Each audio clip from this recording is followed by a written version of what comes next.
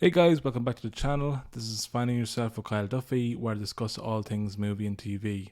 If you're new to my YouTube and you like this video, make sure to check out my podcast, Finding Yourself, which is available up on all major podcast platforms, including Spotify, Google Podcasts, and Anchor FM. My podcast is also dedicated to movie and TV and the world of cinema. I also discuss sports from time to time, and I have guests on to discuss their passions in life as well. Again, if you enjoyed today's video, remember to check out the rest of my content up on my YouTube channel. Give this video a like and hit subscribe to make sure you get notifications of each new video. Okay, let's get into Bob's Burgers the movie. I absolutely love the TV show and I was so looking forward to this movie when I heard it was being released. But with my excitement came some cautious optimism as well. I didn't want to overhype it. I didn't want to get these expectations in my head for what it could be or what it would be.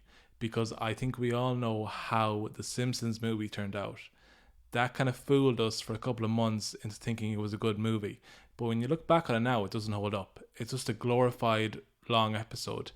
And when I put it on now, it doesn't keep my attention. And I think a lot of people were hoping that the Bob's Burgers movie wouldn't fall into that trap, because Family Guy has done this as well. Family Guy released two movies, but they were just two episodes back to back. And I think that the Bob's Burgers movie needed to separate itself out from The Simpsons, which I consider a failure as a movie. And when you look back at The Simpsons released their movie, I think after season 10 or 11, maybe 12. The Bob's Burgers seasons have reached season 12, and then we got the movie. They've been renewed for season 13, which is great. I'm so happy about that. But they needed to make sure their movie actually played like a movie and not just two episodes back to back. One thing they did in this movie, which I loved, was they leaned on the musical element. If you're a fan of Bob's Burgers, you'll know that in the past few seasons, maybe 2 seasons or 3, they started to introduce more songs, a more musical element to the show. And every other episode in season 12, there was a song in it. Whether it was Gene and Louise singing, or Bob about making burgers, or Linda. Linda sings all the time in that show. But each episode in season 12 had a structure of a couple of scenes and then a musical number. And it wasn't just Linda singing to herself in the kitchen or in the bathroom and making up songs like she normally does in each episode. It was a proper song and dance number, which could include the likes of Linda and Jean, or Bob and Louise. And it was sprinkled throughout the episodes, and it was sprinkled throughout the last couple of seasons. I know one of my favourite songs is the one where Bob is stuck on the toilet and there's a duet between him and Louise while he is stuck on the toilet. So good. I love how they introduced music and songs into Bob's Burgers as a TV show, so I'm so happy they decided to keep on going with that and make that a big element in the movie. The movie, as far as the plot goes, I think it stands up. It's something we've come to expect from a Bob's Burgers episode, and definitely what we would see in a Bob's Burger movie. There was elements to the movie that were tense. You know, you thought, okay, could they kill a character off here? Something definitely has to happen. And I think we always knew that they were going to play on the family dynamic in the movie. They weren't going to branch out to characters that never got seen before, or characters that had very little screen time in the TV show. They've been building this world of Bob's Burgers for 12 seasons now. So by the time the movie got released, you definitely had a good idea of who was going to make prominent appearances in the movie. Of course, you have the family dynamic with Bob and Linda, the kids, Teddy and Mort, their best customers, and the fish owners, their landlords.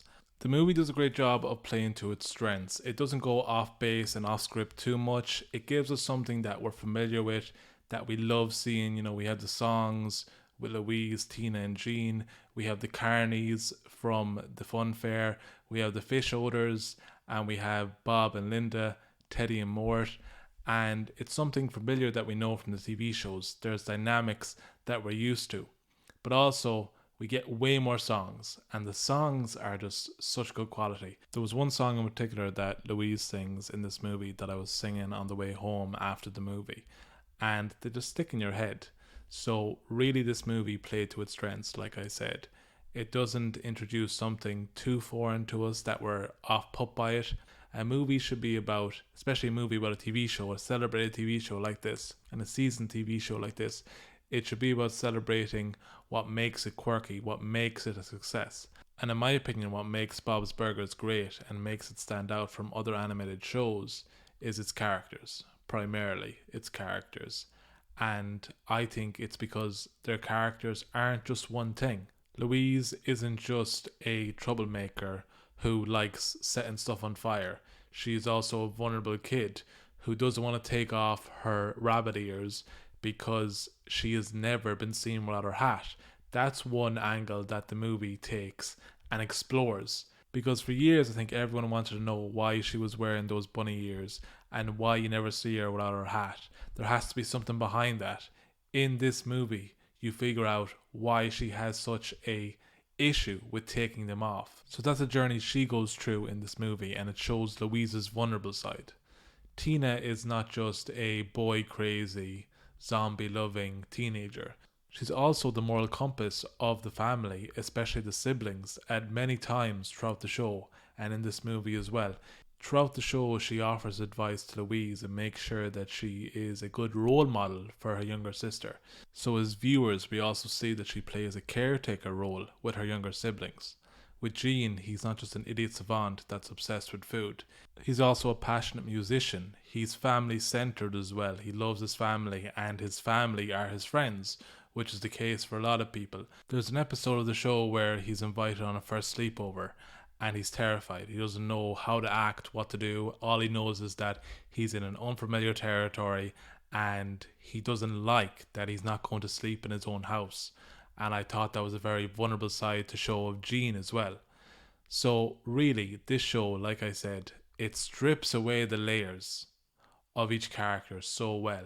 It doesn't do it all at once. You don't see the first few episodes of Bob's Burgers and think, oh, they're just this thing. They just fit inside this box. The characters of Bob's Burgers do a very good job of not fitting inside a box and finding ways to surprise you. You always learn something new about each character throughout the seasons because they're constantly showing you different angles of the characters and making sure that they're not predictable. The show does a great job of that. And the movie did a great job of that too. Like I mentioned, I didn't know what to expect with the plot of this movie. I didn't know what we were going to be presented. But the movie does a great job of making you sure that you don't know how it's going to end. It's unpredictable at points, and it does raise the tension for the conclusion of the movie, and it just makes it that much more sweeter when you get that ending that you prayed for and you hoped for. And it just caps off the movie in the best way possible. I won't give any spoilers for anyone who hasn't seen it yet, but this movie has everything. And in my opinion, this movie gets it right when it comes to adapting an animated sitcom into a movie. It does it absolutely perfect. The only thing I would critique about the movie, the only thing I was kind of critical of, even as I was watching it, was I thought they would branch out a bit more in terms of the characters. Because all the characters we see in the movie are characters we know and love, don't get me wrong, but characters that have been there since season 1. And I thought we would get a few guest appearances from people that wanted to be in a Bob's Burgers movie, a few characters that we haven't seen before, just to add an element of spice to it, unpredictability. But overall, that's the only thing I have to say bad about this movie. And I won't even say it's bad, but critical. I just thought that could have been an area they decided to be unpredictable as well and include characters that we might have never seen before and given that spice to it. But overall, the movie was fantastic. The voice acting, as always, next to none. The songs were excellent. The animation, that much more crisper because it's a movie. It's just a bit more vivid. And the songs were excellent. Overall, if you haven't seen Bob's Burgers, the movie, I implore you to do so. If you're a fan of the TV show, you'll love it. It'll make you want to rewatch the entire series. It currently has 87% up on Rotten Tomatoes, a 7.4 out of 10 on IMDb. It gets a 5 out of 5 from me. I love this movie and I can't recommend it enough. Let me know if you agree with me in the comments below. This is where I'm going to end today's video. I hope you all enjoyed it. If you did, please remember to hit like and subscribe and check out the rest of my content up on my YouTube channel. This has been Finding Yourself with Kyle Duffy. See you next time.